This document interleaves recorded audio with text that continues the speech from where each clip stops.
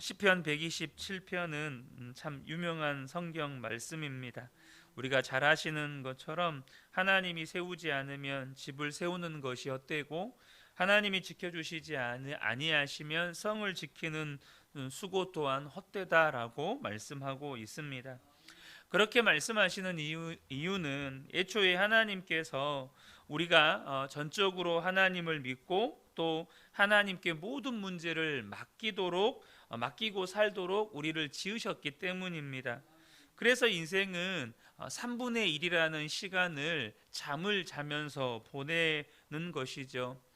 하나님이 우리를 내게 와서 쉬어라, 다 맡기고 편안하게 잠들어라, 이렇게 우리를 초청하셨다는 것입니다. 진짜 예수님을 믿고 그래서 진짜 예수님께 맡기는 사람이 강한 사람이 되는 거예요. 주님은 분명히 우리에게 쉬게 해주시겠다고 약속하셨습니다. 이 쉼에는 두 가지가 있는데 하나는 구원의 쉼이고 또 다른 하나는 일상의 삶에서 누리는 쉼입니다. 그런데 분명히 예수를 믿고 구원을 받은 것 같아도 일상의 삶에서 쉼을 누리지 못하는 사람들이 있습니다. 하나님께 자신의 염려, 근심의 짐을 맡기지를 못하는 것이죠. 우리가 하나님께 맡기지 못하면 하나님도 그분에게 일상의 쉼을 누리게 하지 못하신다는 겁니다. 어떤 분들은 그런 말씀을 하시죠. 염려하지 마라, 다 맡기라고 하시는데 그렇게 하는 것이 더 어렵습니다. 염려하지 않는 것이 더 어렵고 주님께 맡기는 게 더 어렵습니다. 이런 말씀을 하셔요. 여러분, 무거운 짐을 지고 이렇게 힘들어하는 분에게 그 짐을 그만 내려놓으세요 라고 말할 때 내려놓는 게 더 힘듭니다 라고 말한다면 얼마나 기가 막힌 일이겠습니까? 너무나도 무거운 짐을 들면서 낑낑대고 있어요. 그만 내려놓으세요 하는데 내려놓는 게 더 힘들어요 이렇게 말하는 거죠. 참 이게 말이 안 되는 상황인데 우리의 일상의 삶에서 우리가 그러고 있을 수 있다는 겁니다. 하나님께 맡겨야 되는데 맡기는 게 더 힘들다는 거예요. 맡기고 염려하지 말라고 하는데 염려하지 않는 게 더 힘들다는 거죠. 여러분, 주님이 우리에게 내게 와서 쉬어라, 또 모든 짐을 맡겨라 라는 이 초청이 우리에게 말할 수 없는 복이라는 사실을 아셔야 합니다. 그런데 우리가 명심해야 할 것이 있는데요. 주님의 이 초청의 부르심은 너무나도 부드럽고 편안한 분위기의 부르심이지만 우리를 부르시는 주님의 심정은 대단히 심각하고 다급한 부르심이라는 거예요.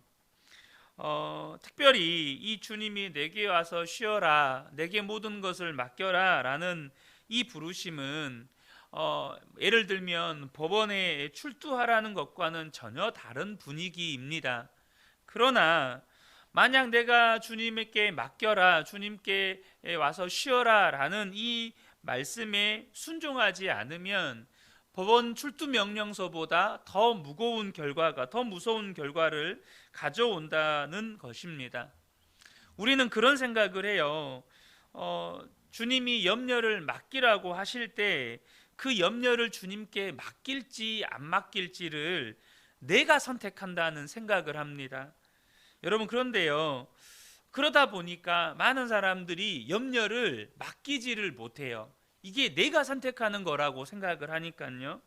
하지만 주님께서 내게 와서 쉬어라, 맡겨라 라는 이 말씀은 이것은 우리에게 있어서 매우 다급하고 중요하고 엄격한 말씀이라는 것을 아셔야 합니다. 반드시 주님이 이 땅에 다시 오십니다. 그런데 그때 모든 사람들이 주님 앞에 서게 될 거예요. 그때 주님이 내게 와서 쉬어라, 내게 맡겨라 라고 말씀하실 때 아멘, 그렇게 순종한 사람들에게는 영원한 하나님의 나라와 또 하나님의 상급이 우리를 기다리고 있을 것입니다. 그런데 그렇게 맡기지를 못했어요.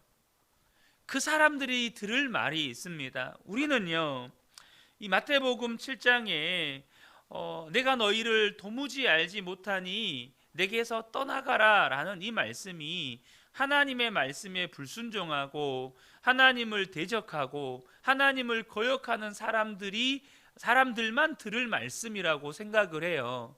근데 여러분 한번 곰곰이 생각을 해보세요. 주님께서 내게 와서 쉬어라, 너의 모든 근심과 염려를 내게 맡겨라 라고 했는데 내가 안 맡겼어요. 혹은 본인이 그렇게 말할 수도 있죠. 못 맡겼어요. 도저히 맡기지를 못했어요. 여러분, 이게 뭘 의미하는 걸까요? 주님께 맡기지를 않았다, 주님께 맡기지를 못했다. 결국에 이것이 의미하는 건 뭐냐면 내가 주인된 삶을 살았다는 의미입니다. 주님께 맡기라는 것은 내가 하는 거야. 네가 수고해서 너의 집을 지키는 게 아니고, 네가 수고해서 너의 성을 지키는 게 아니고, 네가 수고하고 노력해서 너의 인생을 네가 원하는 대로 바꾸는 게 아니고 내가 하는 거야 라는 말씀인데, 우리가 계속해서 주님께 맡기지 못하고 그 무거운 근심과 염려, 무거운 짐을 자꾸 내가 해결하려고 그렇게 애쓰고 노력하고 살았다고요. 주님께 안 맡기려고 한 게 아니고 어쨌든 못 맡겼어요. 그리고 내가 뭔가 해보려고 애쓰고 수고했단 말이죠. 근데 이게 뭘 의미하는 거죠? 결국에는 내 인생의 주인이 주님이 아니라 나였다는 의미입니다. 결국에는 내가 주님과 상관없는 삶을 살았다는 거예요.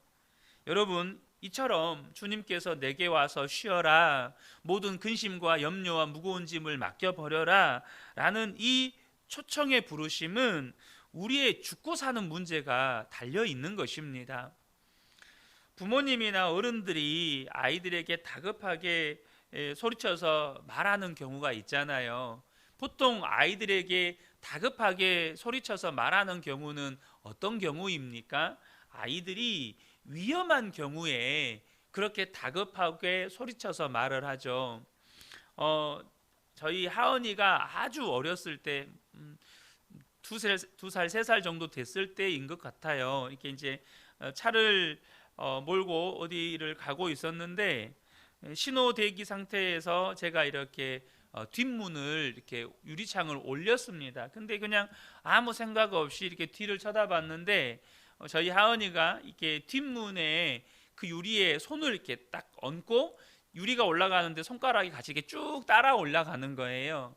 이제 그걸 그대로 두면 어떻게 되죠? 그 작은 손가락이 그 유리에 끼게 되는 거죠, 창문에. 그러니까 저도 모르게 손 하고 크게 소리를 지른 거예요. 그러니까 이 아이가 깜짝 놀라서 손을 뺐지만 아빠가 소리치니까 이제 깜짝 놀라서 우는 거죠. 여러분, 아이들은요 위험 인지 능력이 굉장히 떨어집니다. 그러다 보니까 만약에 멀리서 이렇게 차가 빠른 속도로 다가오고 있는데 아이들이 길거리에서 혹은 길에서 놀고 있다면 그것을 보는 부모님은 다급하게 소리쳐서 길에서 빨리 나오라고 말할 겁니다. 그런데 그때 그 아이가 엄마 아빠가 큰 소리로 부르는 것에 즉각적으로 반응하면 위험에서 벗어나는 거예요. 근데 그렇지 않고 왜 그래야 되는데요? 지금 재밌게 놀고 있는데 제가 왜 거기로 가야 되는데요? 이러고 있으면 이 아이는 순식간에 위험에 닥치게 됩니다. 아이는 그것을 이해하고 깨닫지 못할 뿐만 아니라 이미 그것을 위험을 인지하는 순간 이미 늦은 거예요. 그런데 여러분, 이게 아이만의 문제가 아니라는 겁니다. 우리가 부모가 그것을 위험이라고 인지하는 건 그것을 인지할 수 있는 인지 능력이 있기 때문이에요. 그 위험한 부분에 대해서 우리가 깨어 있기 때문입니다. 그러면 여러분, 우리가 일상의 삶에서 우리가 정말로 이것이 위험한 것인지 아닌지 영적인 자각력이 있냐는 거예요. 영적인 인지 능력이 있느냐는 겁니다. 죄송한 말씀이지만 저를 포함해서 우리가 실상 이것이 영적으로 굉장히 심각하고 위험한 것이라는 것을 인지하지 못할 때가 굉장히 많습니다.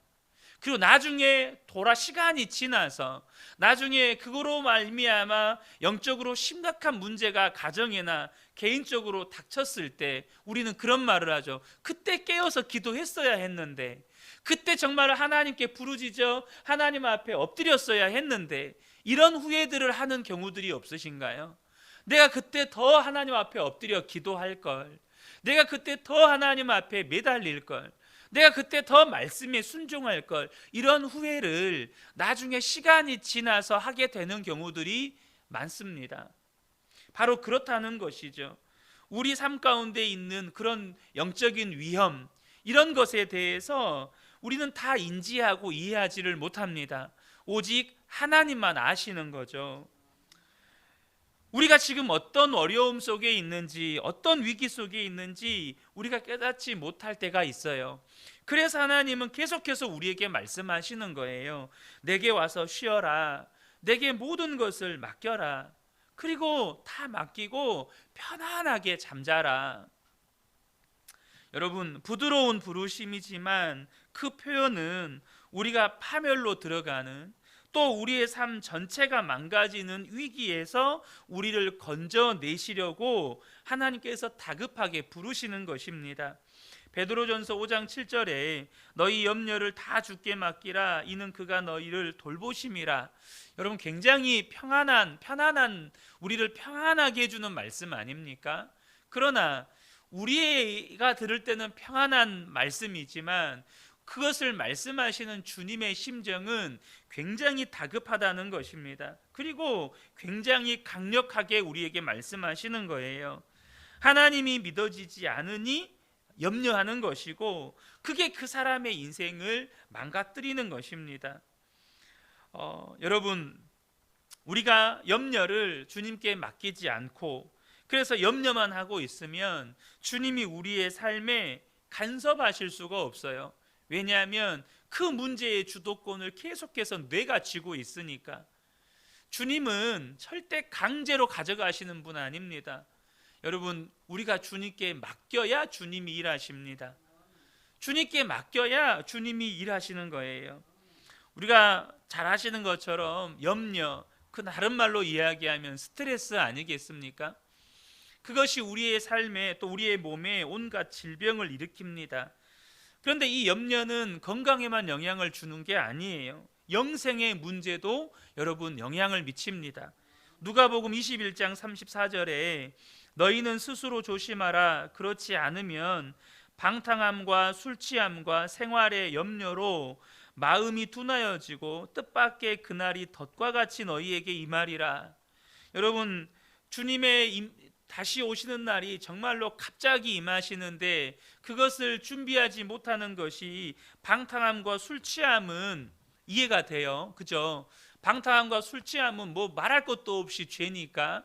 그런데 생활의 염려 또한 주님 다시 오실 날을 우리가 준비하지 못하도록 방해하는 큰 심각한 장애물이 된다는 거예요. 그래서 주님이 염려를 주님께 맡기라고 말씀하시는 것입니다.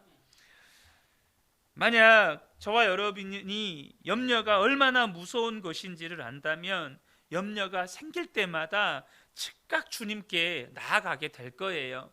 우리가 질병이 생기면 바로 병원 가잖아요. 바로 병원 갑니다. 근데 이 염려가 얼마나 심각한 문제인 줄 알면 내가 또 염려하고 있네. 고백하는 거예요. 주님, 이 염려 주님께 맡깁니다. 이건 내 거 아닙니다. 주님이 책임지실 일입니다. 그렇게 맡기는 거죠. 빌리 에그레한 목사님이 한 번은 이렇게 말씀하셨다 그래요. 30-40년 전 스케줄을 보고 내가 엄청나게 많은 일들을 했다는 사실에 깜짝 놀랐다. 그 모든 약속이 정말 필요했을까? 받아들일 일과 거절해야 할 일을 분별 있게 판단했는지 잘 모르겠다. 나는 가족과 매일 함께하지 못했다. 하나님께 가까이 나아가 그리스도의 형상을 닮아가는 영적 성숙의 시간을 더 가졌어야 했다. 나 자신만을 위해서가 아니라 다른 사람을 위해 더 많이 기도했어야 했다. 빌리 그레함 목사님도 인생을 살고 노년에 돌아보니까 내가 꼭 해야 할 일을 한 건가? 하기는 너무 많은 일을 한 것 같은데 사실 내가 더 힘써야 되는 건 주님 앞에 더 다가가는 것, 그리고 더 많이 기도해야 하는 게 아니었을까, 이렇게 후회하셨다는 거죠. 근데 여러분, 이 빌리 그레암 목사님만의 후회는 아닐 거라는 생각이 들어요. 이 후회가 저와 여러분의 후회일 수도 있다는 것이죠. 여러분, 우리의 인생을 날마다 돌아보셔야 합니다. 날마다 우리의 삶을 점검하셔야 돼요. 특별히 내가 오늘 하루 살면서 내가 염려를 정말로 주님께 맡겼나, 내가 오늘도 그 염려를 내가 쌓아안고 살지는 않았나, 반드시 점검해 보셔야 한다는 것입니다. 특별히 주님께서 내게 와서 쉬어라, 다 맡기고 편안하게 잠자라 라는 이 말씀은 절대 아무것도 하지 말라는 말씀이 아닙니다. 우리가 겪고 있는 모든 일을 주님과 함께 하자는 겁니다. 주님이 하시겠다는 건 나는 그러면 내 마음대로 이제 놀고 주님은 일하고, 이 말이 아니에요. 주님이 함께 그 일을 하시겠다는 거예요. 그러면 우리에게 부딪히는 모든 일이 즐거운 일이 되고 기대가 되고 또 하나님의 역사를 기대하게 되는 것입니다. 우리가 알아야 할 것은 염려할 것이 없어서 염려를 하지 않은 적이 없다는 거예요. 염려거리는 계속 생깁니다. 여러분, 그래, 우리 인생이 그렇습니다. 염려거리는 계속 생겨요. 다시 말하면 문제는 매일매일 생깁니다. 우리의 일상의 삶에서 문제는 계속 터지는데, 그러면 중요한 게 뭘까요? 염려가 있냐 없냐가 중요한 게 아니라면 중요한 게 뭘까요? 저와 여러분이 결단했느냐는 거예요. 염려하지 않기로 결단했느냐는 겁니다. 주님께 맡기기로 결단했느냐는 거예요. 주님을 바라보기로 결단했느냐는 겁니다. 이게 중요한 겁니다. 그래서 여러분, 결단했다면 여러분의 삶을 점검하시라는 겁니다. 특별히 매일매일 잠자리에 드시기 전에, 혹은 잠자리에서 잠들기 전에 정말로 주님께 다 맡기는 시간을 꼭 가지시라는 거예요. 우리가 예수 동행일기를 쓰면서 주님과 동행하는 삶을 살고, 그렇게 우리의 삶에 내가 주님을 바라보고 살았는지 점검하고, 또 잠들기 전에도 자기 전에 단 몇 마디의 몇 문장의 기도, 주님 다 맡깁니다. 주님께 맡기고 나 이 시간에 잠듭니다. 그렇게 주님 앞에 그렇게 맡기는 일을 하시라는 겁니다. 그러면 여러분, 처음에는 근심 속에 잠들어요.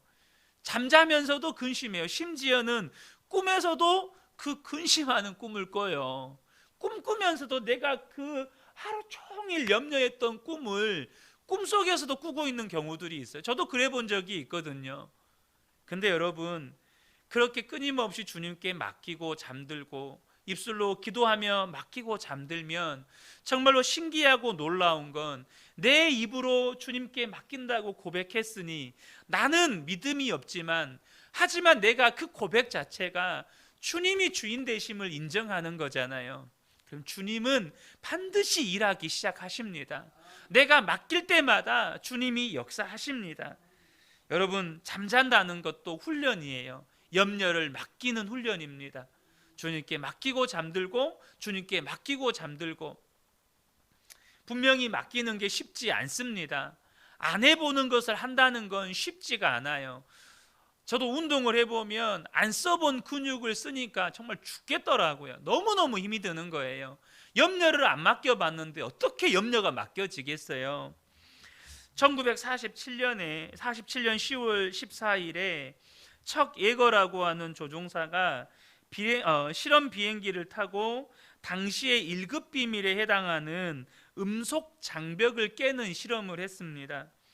그 전에는 비행기 조종사가 음속에 가까이 이렇게 다가가면 비행기 기체가 너무나도 심하게 흔들리고 그 나사도 다 풀려버릴 것 같은 그런 요동치는 것 때문에 너무 위험해서 음속 돌파는 불가능할 거라고 여겼습니다.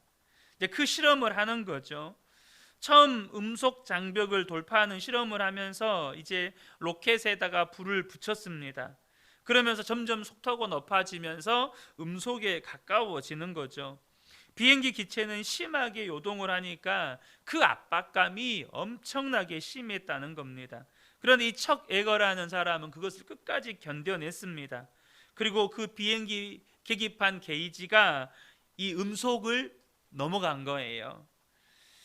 이 음속을 넘어가는 광경을 관측하던 요원들은 정말 찢어지는 듯한 굉음을 들었대요.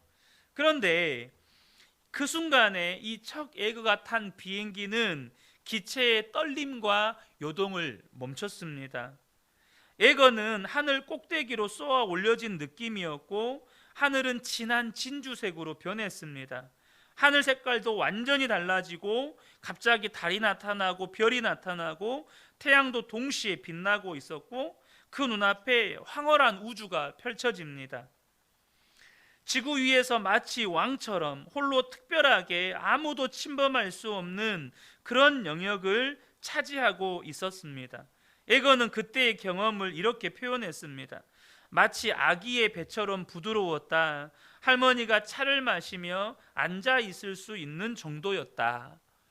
그러니까 관측하는 사람들은 찢어지는 듯한 굉음을 듣는데 그 음속 돌파를 해버렸던 조종사는 그처럼 편안할 수가 없었다는 거예요. 여러분, 우리가 주님께 염려를 맡길 때 안 해본 거니까, 안 해보다 보니까 맡기는 것 자체도 두렵고 또 맡기지를 못하니까 너무너무 힘든 거죠.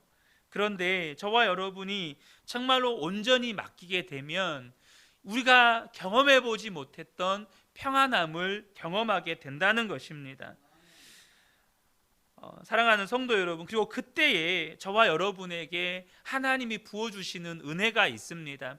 오늘 이 시편 127편도 이 1절과 2절 사이에서 시편 기자가 겪었던 그 갈등, 그것을 온전히 맡겼나? 내가 정말로 주님께 맡길 수 있나? 내가 정말 수고하고 애써야 우리 가정이 지켜지고 내가 수고하고 애써야 우리 성이 지켜지는데 얼마나 많은 갈등들이 있었겠어요? 그런데 온전히 맡겼을 때 주어지는 복이 3절부터 5절입니다. 3절부터 5절을 제가 읽어드리겠습니다. 자식은 주님께서 주신 선물이요 태안에 들어있는 열매는 주님이 주신 상급이다. 절며서 낳은 자식은 용사의 손에 쥐어있는 화살과도 같으니 그런 화살이 화살통에 가득한 용사에게는 복이 있다. 그들은 성문에서 원수들과 담판할 때에 부끄러움을 당하지 아니할 것이다. 여러분, 주님께 맡기니까, 주님이 하시니까 그 가정에 복이 임하고 그 성에도 복이 임하는 겁니다. 주님께 맡길 때 우리의 인생에 하나님이 주신 은혜와 평강이 임하는 것입니다. 이 새벽에 함께 예배하는 우리 모든 성도님들이 정말로 주님께 온전히 맡기는 복된 삶을 살게 되시기를 예수님의 이름으로 축복합니다. 아멘.